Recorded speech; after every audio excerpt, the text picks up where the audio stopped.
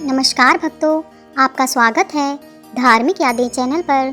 आइए शुरू करते हैं एक आध्यात्मिक सफ़र जय श्री श्याम के साथ। आज हम सुनेंगे आषाढ़ महीने की पूर्णिमा व्रत कथा, जिसे गुरु पूर्णिमा के नाम से भी जाना जाता है। गुरु पूर्णिमा के दिन वेद व्यास जी की पूजा होती है। वेद व्यास जी एक अलौकिक शक्ति संपन्न महापुरुष थे और महाभारत काल में वे सभी के गुरु थे, इसलिए गुरु पूर्णिमा पर उनकी पूजा होती है। ऋषि पराशर और निषाद कन्या सत्यवती के पुत्र थे महर्षि वेद व्यास जी।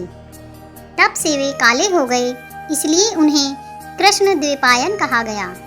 उनका जन्म यमुना नदी के बीच एक द्वीप पर हुआ था और वे सांवले थे, इसलिए उनका नाम कृष्ण द्वैपायन रखा गया। वेद व्यास जी की एक उपाधि है महर्षि वेद व्यास जी। इस कल्प के 28वें वेद व्यास जी थे। श्रीमद् भगवत पुराण में भगवान विष्णु के जिन 24 अवतारों का वर्णन है, उनमें महर्षि वेद व्यास जी का नाम भी है। धर्म ग्रंथों में जो अष्ट चिरंजीवी बताए जाते हैं, महर्षि वेद व्यास जी भी उन्हीं में से एक हैं, इसलिए इन्हें आज भी जीवित माना जाता है। महर्षि वेद व्यास जी ने महाभारत ग्रंथ की रचना की थी और उन्होंने ही 4 पुराणों की रचना की। महर्षि वेद व्यास जी के कथ अनुसार ही भगवान गणेश जी ने महाभारत लिखी थी। महर्षि वेद व्यास जी के पिता ऋषि पराशर भी पुराणकार और ज्योतिषाचार्य थे। वेद व्यास जी की पत्नी का नाम आरूढ़ी था, जिनके महान बाल योगी पुत्र शुकदेव थे।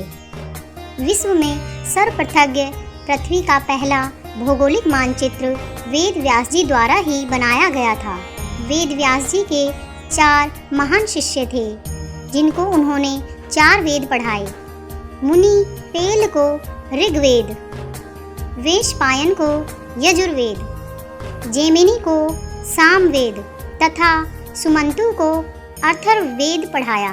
माता सत्यवती के कहने पर वेद व्यास जी ने विचित्र वीर्य की पत्नी अंबालिका और अंबिका को अपनी शक्ति से धृतराष्ट्र और पांडु नामक पुत्र दिए और एक दासी से विदुर का जन्म हुआ।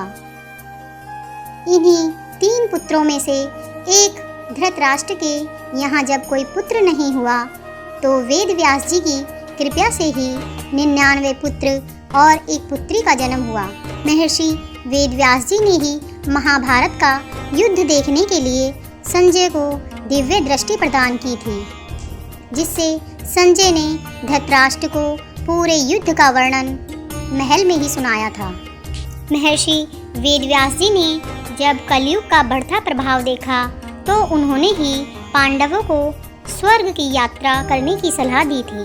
महाभारत के अंत में जब अश्वत्थामा ब्रह्मास्त्र छोड़ देते हैं, तो उसके ब्रह्मास्त्र को वापस लेने के लिए वेद व्यास जी अनुरोध करते हैं, लेकिन अश्वत्थामा वापस लेने की विद्या नहीं जानते थे, तो उसने उस अस्त्र को अभिमन्यु की पत्नी उत्तरा के गर्भ में उतार दिया था।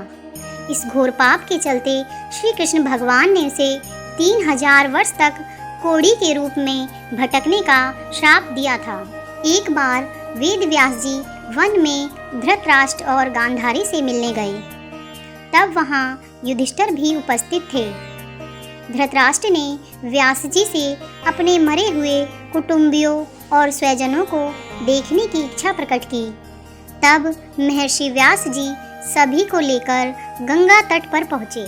वहाँ व्यास जी ने दिवंगत योद्धाओं को पुकारा और कुछ देर बाद ही जल में से देखते ही देखते भीष्म पितामह और द्रोणाचार्य के साथ दोनों पक्षों के योद्धा निकल आए। वे सभी लोग रात्रि में अपने पूर्व संबंधियों से मिले और सूर्योदय से पूर्व गंगा में प्रवेश करके अपने दिव्य लोकों को चले गए। ऐसी मान्यता है कि किसी न किसी रूप में महर्षि वेद व्यास जी आज भी हमारे बीच में उपस्थित हैं। इसलिए हिंदू धर्म में वेद व्यास जी को भगवान के रूप में पूजा जाता है और गुरु पूर्णिमा पर इनकी विधि विधान से पूजा की जाती है।